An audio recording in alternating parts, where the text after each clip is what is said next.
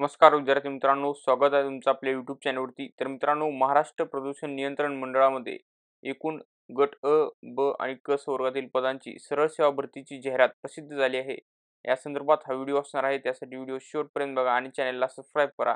तर मित्रांनो, ही जी जाहिरात आहे याच्यामध्ये गट अ, ब, क वर्गातील पदे असणार आहेत आणि याच्यामध्ये प्रादेशिक अधिकारी, वरिष्ठ वैज्ञानिक अधिकारी, त्यानंतर वैज्ञानिक अधिकारी, कनिष्ठ वैज्ञानिक अधिकारी, प्रमुख लेखापाल, विधी सहाय्यक, कनिष्ठ लघुलेखक, त्यानंतर कनिष्ठ वैज्ञानिक सहाय्यक, वरिष्ठ लिपिक, प्रयोगशाळा सहाय्यक, कनिष्ठ लिपिक टंकलेखक एवढ्या वर्गातील पदे असणार आहेत. तर जी तारीख आहे ती 29 डिसेंबरपासून ऑनलाईन अर्ज सुरू होणार आहेत आणि 19 जानेवारीपर्यंत अंतिम दिनांक असणार आहे अर्ज करण्याची.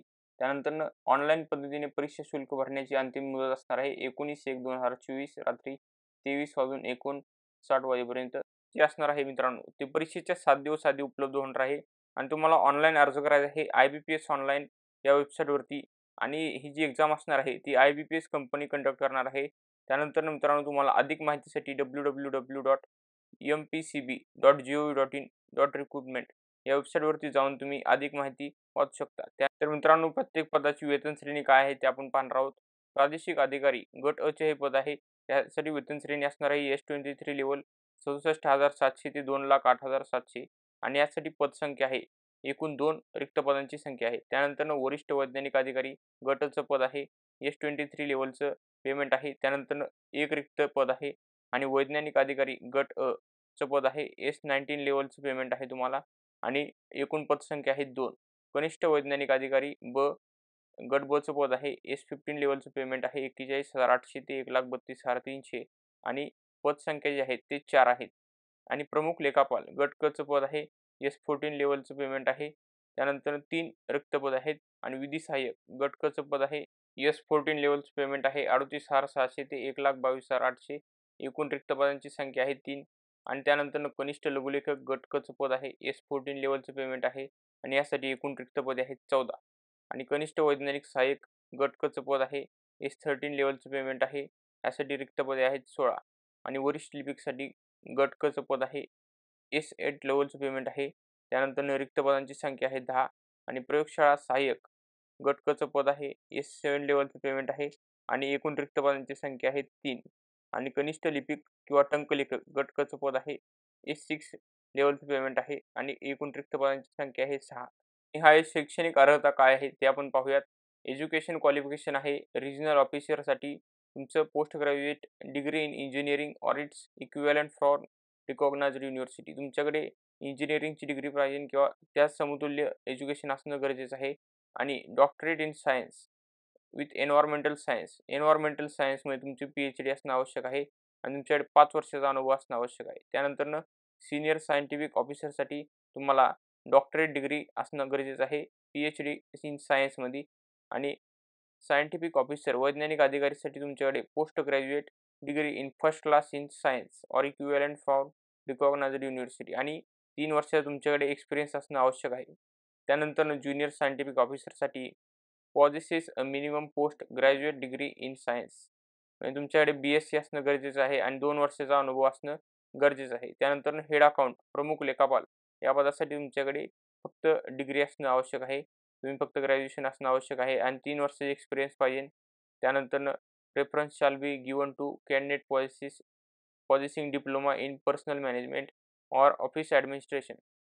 म्हणजे मित्रांनो ज्यांचं ऑफिस ॲडमिनिस्ट्रेशन किंवा पर्सनल मॅनेजमेंटमध्ये डिप्लोमा झाला आहे त्यांना प्रेफरन्स दिला जाईल असं त्यांनी सांगितलं आहे. आणि लीगल असिस्टंट याच्यामध्ये विधी सहाय्यक या पदासाठी तुमच्याकडे लॉची डिग्री असणं आवश्यक आहे आणि 1 वर्षाचा एक्सपिरियन्स पाहिजे. त्यानंतर ज्युनियर स्टेनोसाठी ग्रॅज्युएट पाहिजे आणि त्यानंतर possesses a government certificate commercial certificate GCC certificate असणं गरजेचं आहे आणि त्यानंतर 100 WPM 40 WPM इंग्लिशमध्ये आणि 80 WPM 30 WPM मराठीमध्ये तुमचं टायपिंगचा स्पीड असणं आवश्यक आहे.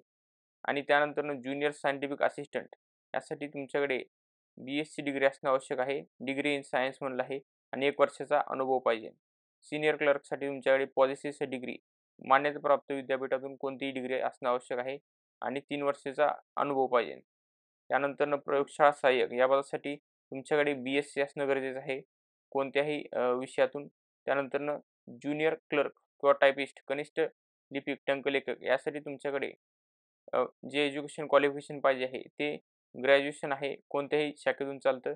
त्यानंतरनं जी-सी सर्टिफिकेट तुमच्याकडे लागणार आहे आणि 30 WPM इंग्लिश किंवा मराठी टायपिंगचा स्पीड पाहिजे आणि 2 वर्षाचा अनुभव पाहिजे. तर मित्रांनो त्यांनी परीक्षेचा अभ्यासक्रम दिला आहे. या जाहिरातीमध्येच तुम्हाला सिलेबस भेटणार आहे. तुम्ही पाहू शकता तिथे प्रत्येक पदाचा पदनिहाय त्यांनी सिलेबस दिला आहे. किती प्रश्न असणार आहेत, काय असणार आहेत, डिटेलमध्ये सिलेबस दिला आहे आणि परीक्षा ही IBPS कंपनी घेणार आहे तुम्ही पाहू शकता. नंतर तुम्हाला अर्ज भरताना ज्या सूचना आहेत त्या सूचना इथे दिल्या आहेत. पहिल्यांदा प्रोफाईल निर्मिती करायची आहे. तुमचे अकाउंट तयार करायचे आहे IBPS कंपनीवर. त्यानंतर फोटोसही त्यानंतर डॉक्युमेंट अपलोड करायचे आहेत. याची सर्व माहिती दिली आहे. ही माहिती वाचूनच तुम्हाला अर्ज करायचा आहे. तर मित्रांनो परीक्षा केंद्राबद्दल इथं माहिती आहे. परीक्षा केंद्र इथे अवेलेबल आहेत. मुंबई किंवा ठाणे, नाशिक, पुणे, छत्रपती संभाजीनगर, त्यानंतर कोल्हापूर, नागपूर, अमरावती आणि उमेदवारांनी उपलब्ध असलेल्या परीक्षा केंद्रांमधून परीक्षा केंद्र निवडावे. आज त्यांनी परीक्षा केंद्राची माहिती इथे सांगितली आहे. नंतर मित्रांनो वयोमर्यादा काय आहे ते आपण पाहूयात. खुल्या प्रवर्गासाठी किमान 18 पासून कमाल वयोमर्यादा असणार आहे 38 आणि दिनांक 3 मार्च 2023 अन्वये सुधारित वयोमर्यादा असणार आहे. शिथिल लक्षण सहित 40 असणार आहे. त्यानंतर मागासवर्गीय उमेदवारासाठी 45, दिव्यांग उमेदवारासाठी 47, प्रकल्पग्रस्त, भूकंपग्रस्त या दोन्ही कॅटेगरीसाठी 47 आणि अंशकालीनसाठी 57 असणार आहे. त्यानंतर माजी सैनिकसाठी सशस्त्र दलात केलेली सेवा +3 वर्ष +2 वर्ष आणि माजी सैनिक दिव्यांग यासाठी 47 असणार आहे आणि खेळाडूसाठी 45 वर्ष असणार आहे.